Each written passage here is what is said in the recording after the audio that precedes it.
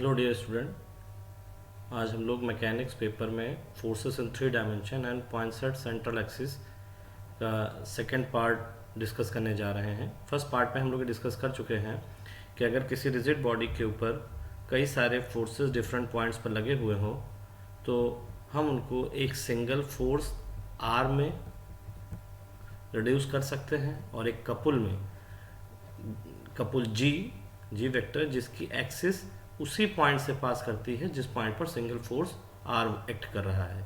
इस आर्टिकल में हम लोगों ने दिखाया था कि अगर किसी बॉडी के ऊपर डिफरेंट पॉइंट्स पर कई forces F1 F2 Fn work कर रहे हैं और किसी पॉइंट O को आर्बिट्रेरी पॉइंट ट्रीट कर लिया गया, मीन्स इसको ओरिजिन ट्रीट कर लिया गया यानी बेस पॉइंट, तब हमने उन सभी फोर्सेस को एक सिंगल फोर्स आर में रिड्यूस कर दिया था आर वेक्टर में और एक कपुल जी में रिड्यूस कर दिया था। आर भी ओ पॉइंट पे वर्क कर रहा था और कपुल जिसकी एक्सिस ओ पॉइंट से पास कर रही थी। आफ्टर दैट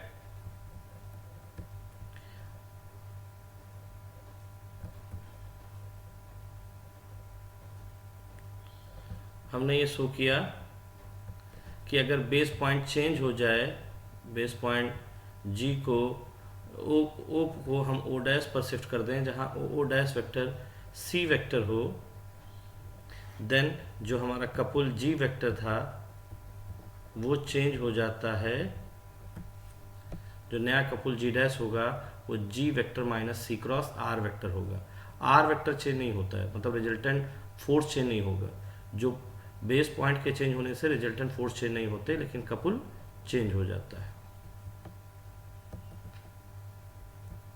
कई और चीज़ें हम लोगों ने डिस्कस की।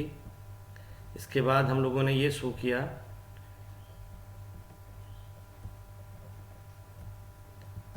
कि जो रिजिड बॉडी के डिफरेंट पॉइंट पर सिस्टम ऑफ फोर्सेस लगे हुए हैं, हम उनको एक सिंगल फोर्स में और एक कपुल में रिड्यूस कर सकते हैं। लेकिन इस टाइम कपुल की एक्सिस फोर्स की डायरेक्शन के अलोंग होगी, मतलब फोर्स जिस डायरेक्शन में लगा होगा कपुल भी उसी लाइन या उसी एक्सिस के अलोंग वर्क कर रही होगी।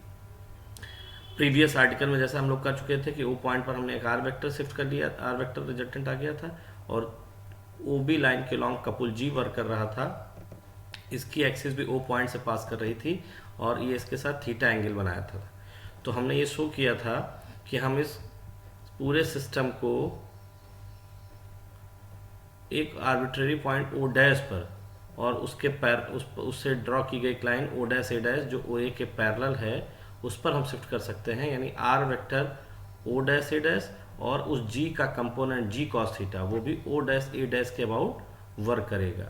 इस कंडीशन में ओ dash A dash axis पॉइंटसेट central axis कहलाती है।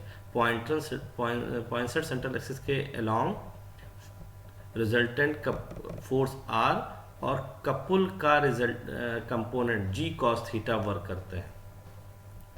तो पॉइंटर सेंट्रल एक्सिस क्या हो गई थी कि वो डायरेक्शन जिसके अलोंग सिंगल फोर्स और कपुल जी cos theta movement G cos theta work करते हैं उसी को पॉइंट सेंट्रल एक्सिस कहा जाता है। कई और प्रॉपर्टी हम लोगों ने पढ़ी, रेंच और स्क्रू लिया कि अगर हम जी कॉस थीटा को के लेट कर लें तो आर और के together constitute A wrench of the system of force. K upon r car is called pitch of the wrench. If P is the pitch, then K equal R into P. The magnitude of single force R is called intensity of the wrench. ये सारी properties पहले video में जानी जा चुकी हैं। अब कुछ और प्रॉपर्टीज देखते हैं। Whatever origin और base point and axis are chosen, चाहे हम किसी भी पॉइंट को बेस पॉइंट या ओरिजिन मान लें, उस पॉइंट पर एक्सिस को कहीं भी हम शिफ्ट कर लें तो ये दो quantities X square plus Y square plus Z square that is R square, means R vector का मैग्नीट्यूड का square, and L X plus M Y plus N Z this is L into G R into G R invariable for any given system of forces acting on a rigid body. किसी भी rigid body के पर जो forces काम कर रहे हैं ये दो क्वांटिटीज उनके लिए हमेशा इनवेरिएंट होती हैं। जहाँ एक्स आप जानते हैं कि सभी फोर्सेस के एक्सिस के लॉन्ग कंपोनेंट का रिजल्टेंट है, वाई एक्सिस के लॉन्ग कंपोनेंट का रिजल्टेंट है, जेड एक्सिस के लॉन्ग है, और एल एम एन ये जो मूवमेंट निकलता है उसके कंपोनेंट है। तो इसका प्रूफ हम देखते हैं कि मान लीजिए ओ कोई ओरिजिन है और उस पॉइंट पर हम 3 mutually perpendicular axis X axis Y axis और जेड एक्सिस ड्रॉ कर देते हैं। देन हम उस पूरी सारे सिस्टम ऑफ फोर्सेस को जो बॉडी पे वर्क कर रहे हैं उनको एक सिंगल फोर्स आर में और एक कपुल जी में रिड्यूस कर सकते हैं, जहां आर वेक्टर को हम X I plus Y J plus Z K let कर रहे हैं और G vector L I plus M J plus N K लिख रहे हैं। X Y Z R vector component है, L M N G vector के कंपोनेंट है। अगर हम किसी और पॉइंट ओ डैश को ओरिजिन कंसीडर कर लें तो हमारी फिर बेस पॉइंट चेंज हो गया और उस पॉइंट पर एक्सिस भी चेंज हो जाएंगी और अब हमारी नई axis O dash X dash O dash Y dash O dash Z dash 3 mutually perpendicular axis हो गई। तब हमारा इन फोर्सेस का सिस्टम ऑफ फोर्सेस रिड्यूस हो जाएंगे एक सिंगल फोर्स आर डैश में और एक सिंगल कपुल जी डैश में। इस केस में आर डैश को हमने राइट कर लिया X dash I dash plus Y dash J dash plus Z dash K dash और इसी के अकॉर्डिंग जी डैश को। हमें एक्चुअली में क्या प्रूव करना है कि X square plus Y square plus Z square means ये जो रिजल्टेंट आर है उसका कंपोनेंट उसका मैग्नीट्यूड वो चेंज नहीं हो रहा है, यानी जो पहले था रिजल्टेंट का magnitude that is X square plus Y square plus Z square और जो बाद में आया दोनों इक्वल होंगे। साथ साथ हमें L X plus M Y plus N Z जो पहले सिस्टम में था वही चीज़ दूसरे सिस्टम में होगी, मतलब L X plus M Y plus N Z equal होगा L dash X dash plus M dash Y dash होगा यहाँ पर जेड डैश की जगह पर plus N dash Z dash. पहले वाले वीडियो में एक आर्टिकल हम लोगों ने किया था कि बेस पॉइंट के चेंज हो जाने से रिजल्टेंट ऑफ फोर्स चेंज हो जाता, फोर्स नहीं चेंज होता लेकिन कपुल या मूवमेंट जो है वो चेंज हो जाते हैं।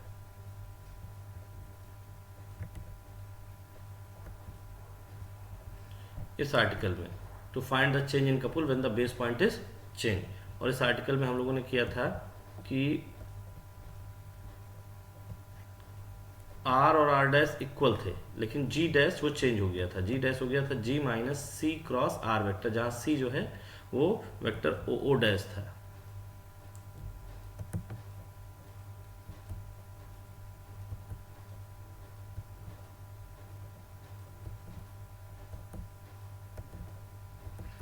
तो since single force R and R dash does not depend on the position of the base point, so R vector equal R dash vector, इनका मैग्नीट्यूड इक्वल होगा और ये magnitude X square plus Y square Z square equal X dash square plus Y dash square plus Z square means X square plus Y square plus Z square. ये quantity invariant है भले ही हमने किसी और point को base point consider कर लिया है।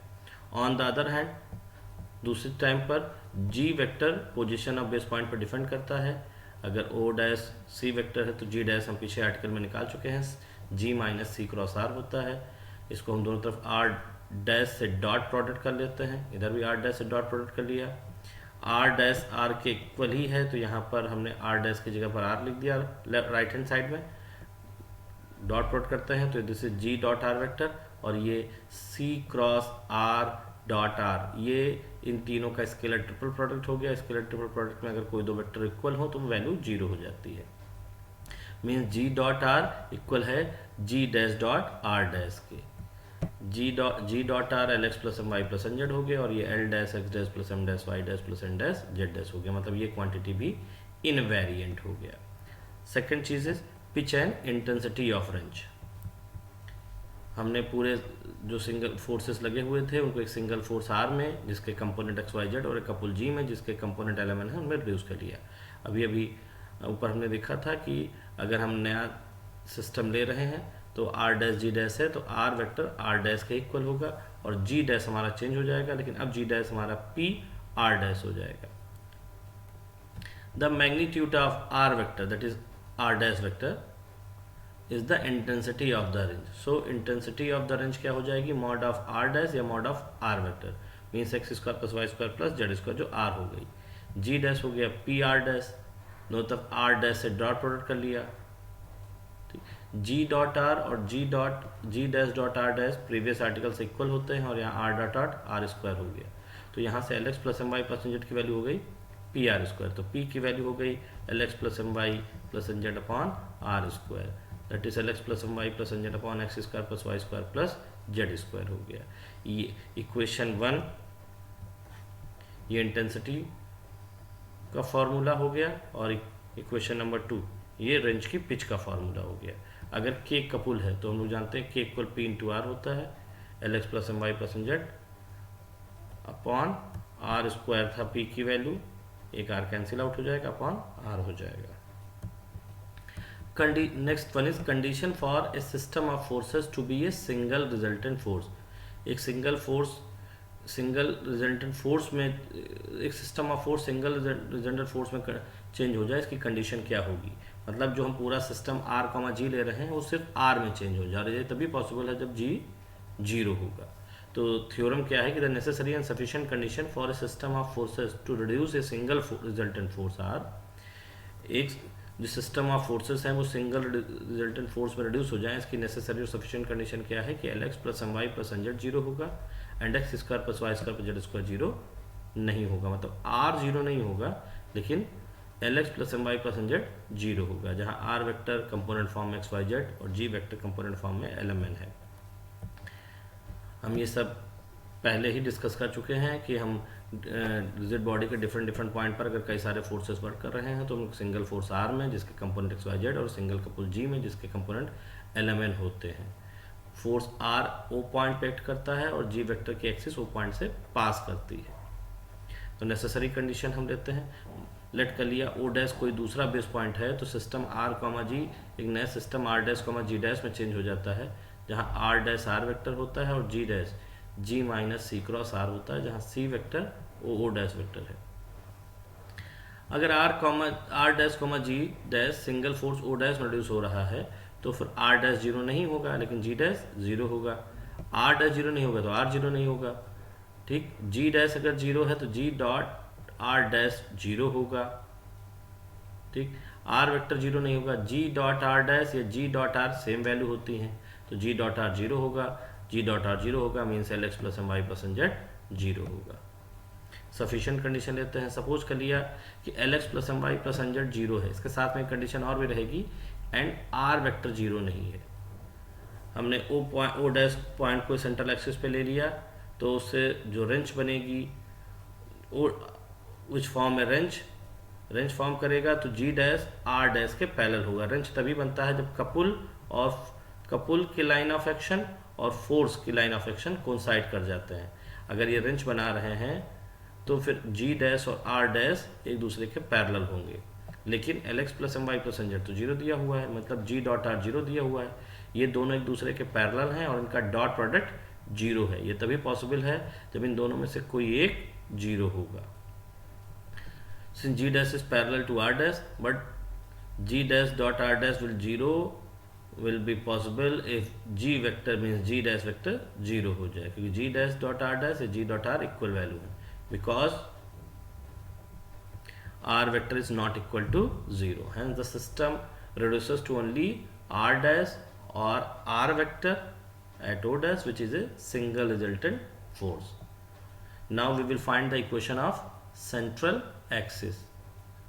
Central axis क्या थी? A straight line which is the locus of a point referred to which as base point। एक स्ट्रेट लाइन कुछ ऐसे पॉइंट्स का लोकस होती है जिस पॉइंट को हम क्या कंसिडर कर सकते हैं, base point. The system of forces reduces to a range, जिसके एक लॉन्ग सिस्टम ऑफ फोर्सेस से रेंज में रिड्यूस हो जाता है, is called the central axis of the system of force acting on a rigid body. Simple language में ये कहिए कि जो हमने फोर्सेस को रिड्यूस किया था सिंगल फोर्स आर में और जो couple of moment G cos theta जिसको हमने के कहा था, उन दोनों की डायरेक्शन सेम थी, उस लाइन को ही सेंट्रल एक्सिस या पॉइंट सेट सेंट्रल एक्सिस कहते हैं। Let O be the origin means base point, और इस पॉइंट पर 3 perpendicular axis X axis Y axis और जेड एक्सिस हैं, O X O Y and O Z भी 3 रेक्टेंगुलर एक्सिस।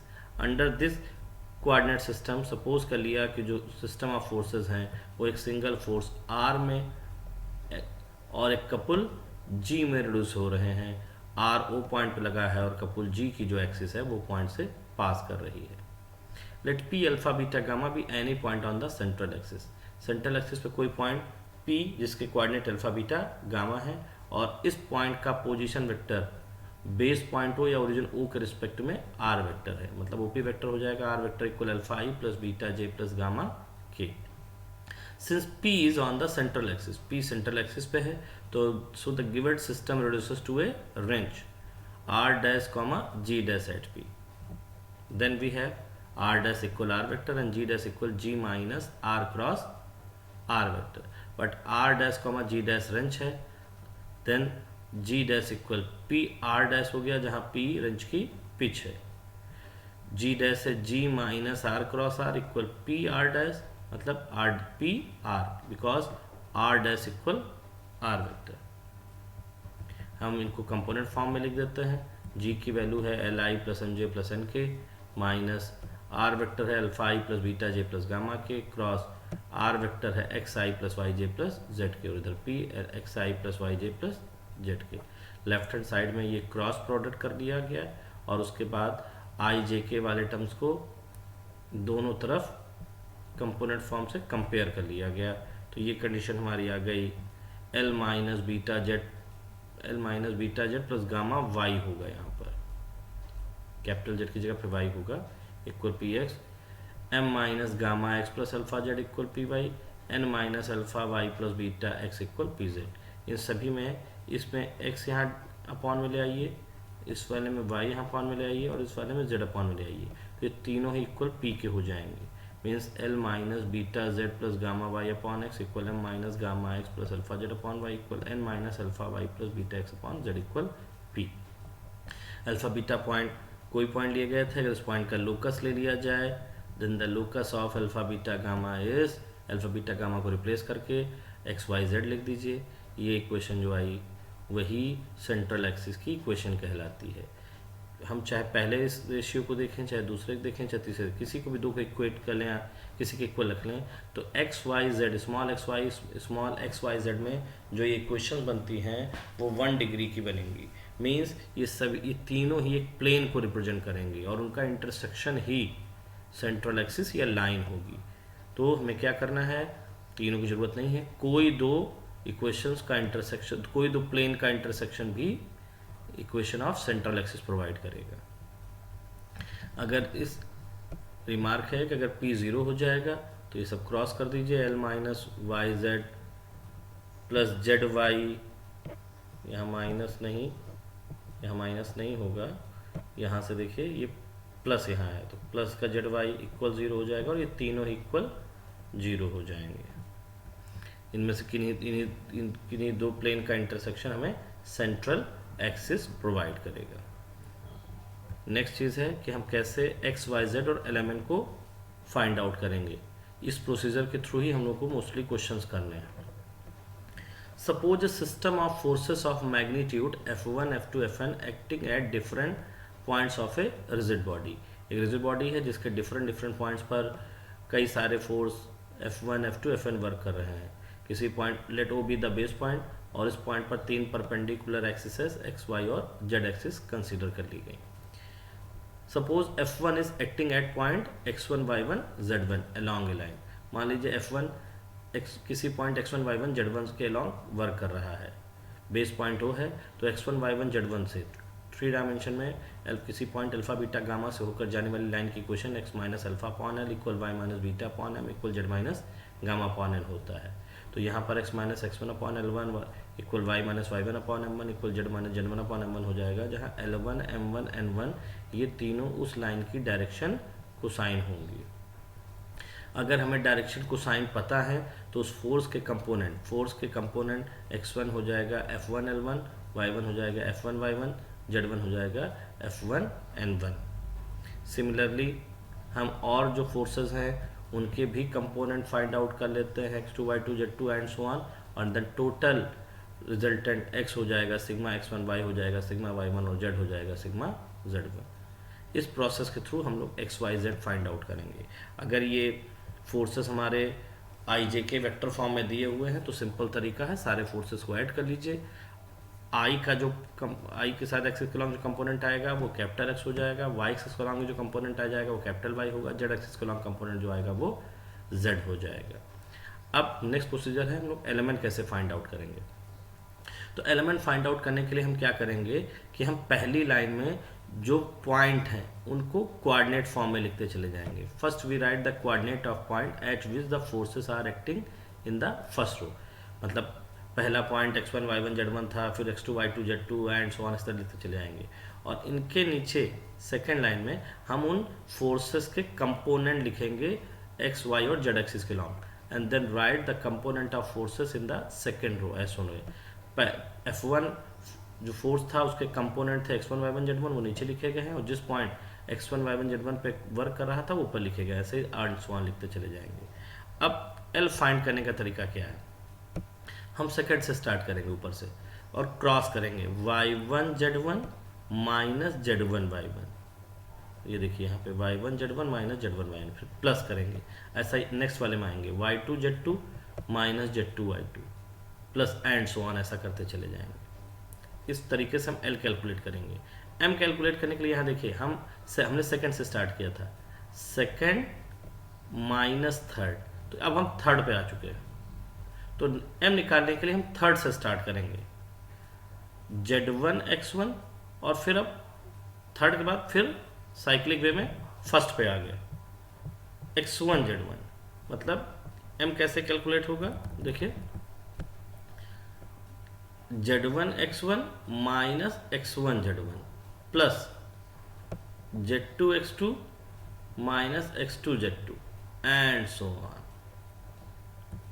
और n निकालने के लिए चूंकि हम थर्ड से फर्स्ट में आ चुके थे, तो अब फर्स्ट से स्टार्ट करेंगे, first second x1 y1 minus y1 x1 plus x2 y2 minus y2 x2 and so on, इस तरीके से ऐड करते जाएंगे।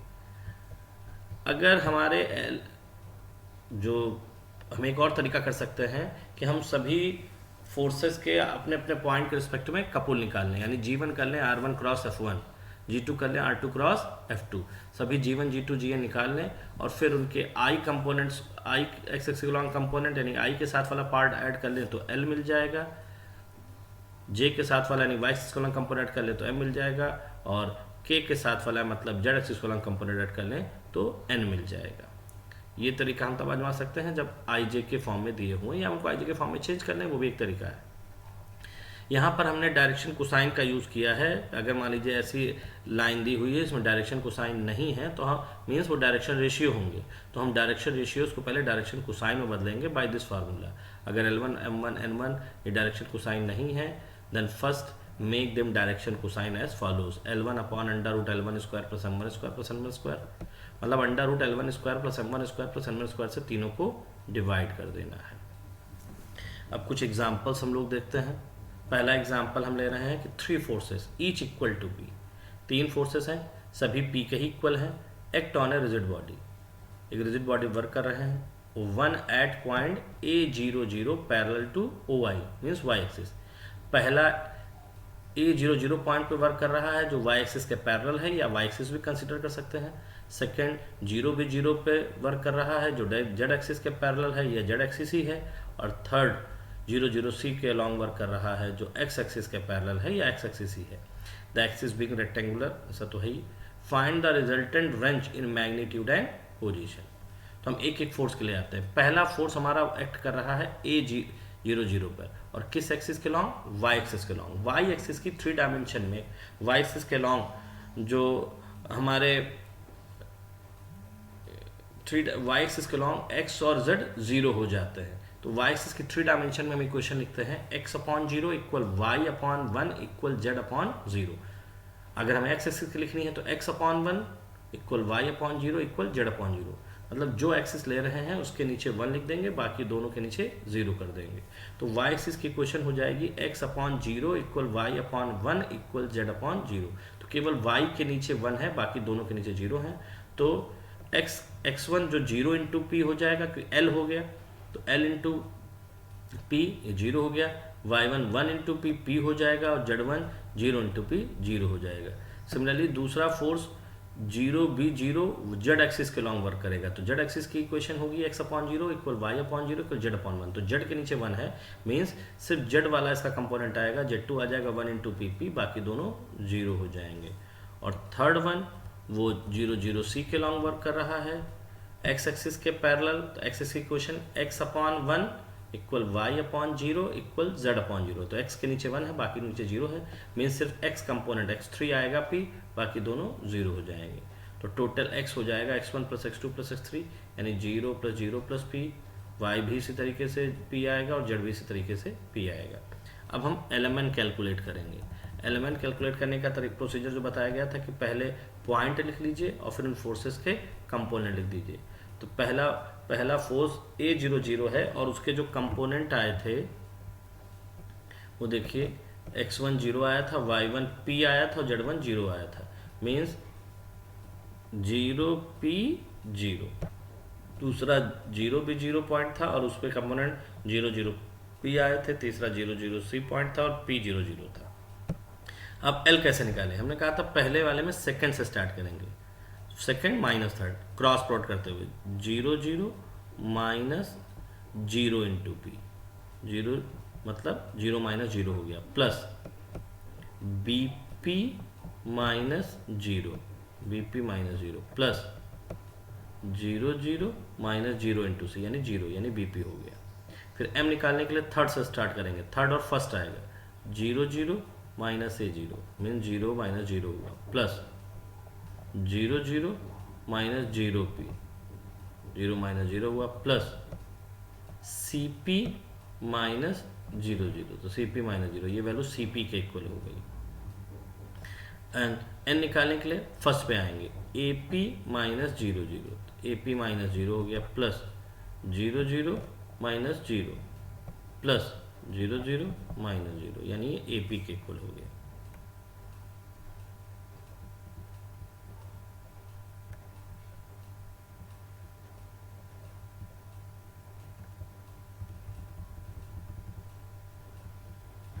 If R be the force and K be the couple of the range, then R हो जाएगा under root X square plus Y square by Z square, मतलब P square पर P square पर P square means root 3p, और K L X plus M Y plus M Z upon R हो गया। L M N और X Y Z की value लिख दीजिए और आर की वैल्यू रूट 3p, तो p upon root 3 a plus b plus c हो गया। Now the equation of central axis, central axis की इक्वेशन ये ऊपर हम लोगों ने निकाली थी अभी।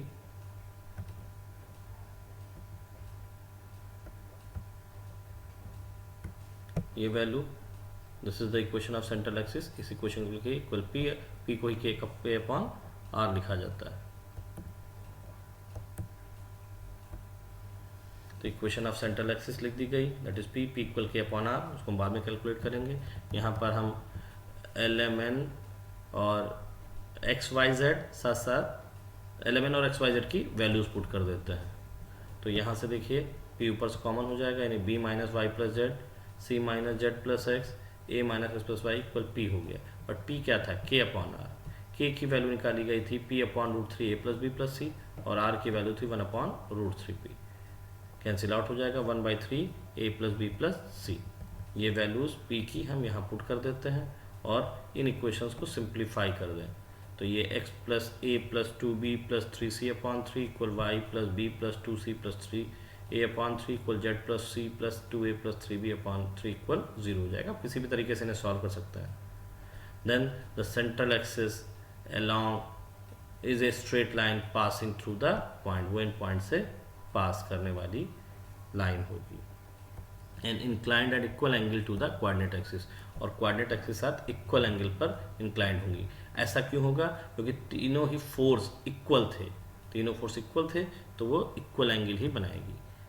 नेक्स्ट एग्जांपल देखिए, two forces act one along the line y equal 0 comma z equal 0। दो फोर्सेस हैं, कोई दो फोर्सेस हैं, हमने लेट कर लिया कोई फोर्स P होगा जो एक line y equal 0 comma z equal 0 के अलॉन्ग वर्क कर रहा है, एंड अदर अलॉन्ग, और कोई दूसरा फोर्स है कंसिडर Q, वो x इक्वल 0 और z इक्वल C के अलॉन्ग वर्क कर रहा है। एज द फोर्स वेरी, जैसे फोर्स वेरी करते हैं, so that the surface generated by the axis of their equivalent wrenches X square plus Y square plus Z equal C Y square. Actually में इस equation में हमें central axis की equation निकालनी है और उसके थ्रू ये लोकस निकालना है। तो लेट कर लिया पी और क्यू दो फोर्सेस हैं। पी किस लाइन के लॉन्ग एक्ट कर रहा है? वाई इक्वल 0 और Z equal 0। Y equal 0 Z equal 0 X axis के लॉन्ग होते हैं, तो हम एक्स एक्सिस इक्वेशन लिखेंगे X upon 1 equal Y upon 0 equal Z upon 0। जब ऐसा है तो इसके डायरेक्शन कोसाइन 1 0 0 हो गए। तो फिर फोर्स पी के कंपोनेंट हो गए पी 0 0। दूसरी जो लाइन, दूसरा जो पॉइंट है फोर्स है वो x इक्वल 0 और z इक्वल सी के लॉन्ग वर्क कर रहा है। इस इक्वेशन को लिखने का तरीका क्या होगा, हमेशा इसको इक्वल 0 करके लिखेंगे, यानी x इक्वल तो 0 है और z इक्वल सी को z माइनस सी इक्वल 0 कर देंगे। तो x इक्वल 0 हुआ और z माइनस सी इक्वल 0 हो गया, मतलब y एक्सिस के पैरेलल कोई लाइन होगी। तो x अपॉन 0, y अपॉन 1 और z माइनस सी अपॉन 0। इसमें डायरेक्शन को साइन हो गए 0 1 0, तो q के कंपोनेंट हो जाएंगे q इंटू 0 0, q और 0। देयरफॉर p एक्ट एट, यहाँ से देखें तो x minus alpha, y minus beta, z minus gamma means alpha beta gamma तीनों 0 0 हो गए। p एक्ट करता है 0 0 के लॉन्ग, इसके डायरेक्शन को साइन 1 0 0 है, और q एक्ट करता है, अगर यहाँ से देखें तो अल्फा 0 है, बीटा 0 है, बट गामा c है। तो Q एक्ट करता है 0 0 सी के लॉन्ग, जिसके डायरेक्शन कोसाइन 0 1 0 है। तो हमने कहा था कंपोनेंट क्या हो गए हैं, एक्सिस के लॉन्ग कंपोनेंट यहाँ P होगा और यहाँ 0 होगा। तो x1 होगा, x1 हमारा P इंटू 1 यानी P हो गया, y1 0 इंटू P 0 हो गया, z1 P इंटू 0 0 हो गया। इसी तरीके से Q के कंपोनेंट हो जाएंगे Q into 0 0, Q into 1 Q और Q इंटू 0 0, जैसा कि यहाँ नीचे निकाला गया है। तो टोटल x हो गया x1 प्लस x2 यानी p, y हो गया y1 plus y2 q, z हो गया z1 प्लस z2 यानी 0। अब एलिमेंट कंसिडर करने के लिए हमने कहा था पॉइंट लिखिए ऊपर और नीचे उनके कंपाउंड लिखते जाइए 0 0 0 0 0 सी, p 0 0 0 q 0। सेकंड, पहले सेकंड स्टार्ट करते हैं 0 minus 0 plus 0 minus Q C, तो l की वैल्यू माइनस क्यू सी हो गई। फिर m निकालने के लिए 0 minus 0 plus 0 minus 0 means m की वैल्यू 0 हो गई।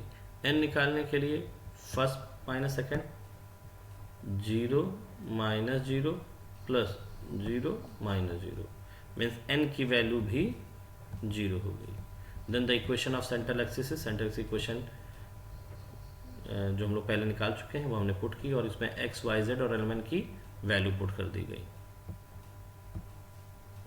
q upon p z minus c equal p upon q minus z. ठीक, एक तरफ minus x q plus y p equal 0 solve करने पर, यानी p upon q equal x upon Y.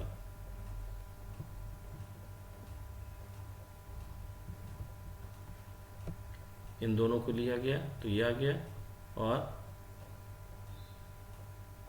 इसको किसी के इक्वल ले लीजिए, इसको ले लीजिए किसी के इक्वल, अपॉन में 0 है, क्रॉस करके वो 0 कर देगा। तो p यहाँ से p अपॉन क्यू की वैल्यू x अपॉन वाई हो गई। यहाँ से p और p अपॉन क्यू को हम दोनों से एलिमिनेट कर देते हैं। यहाँ पे q अपॉन p है तो यहाँ पर y अपॉन x लिख देते हैं, और यहाँ p अपॉन क्यू है तो x अपॉन y लिख दिया गया। पहले दूसरा रेशियो लेकर के इक्वेशन 1 बनी है, पहला और तीसरा या दूसरा तीसरा कोई भी ले लीजिए, क्योंकि इसमें अपॉन में 0 है, क्रॉस करेंगे सब 0 हो जाएगा। इक्वेशन 2 बनी है। तो यहाँ से p अपॉन क्यू की वैल्यू x अपॉन वाई यहाँ पुट की गई, और यहाँ q अपॉन p है तो y अपॉन x लिख दिया गया। y upon x z minus c equal x upon y minus z. Cross करिए और सिंप्लीफाई करिए, x square plus Y square z equal C Y square. This is the required surface. Thanks.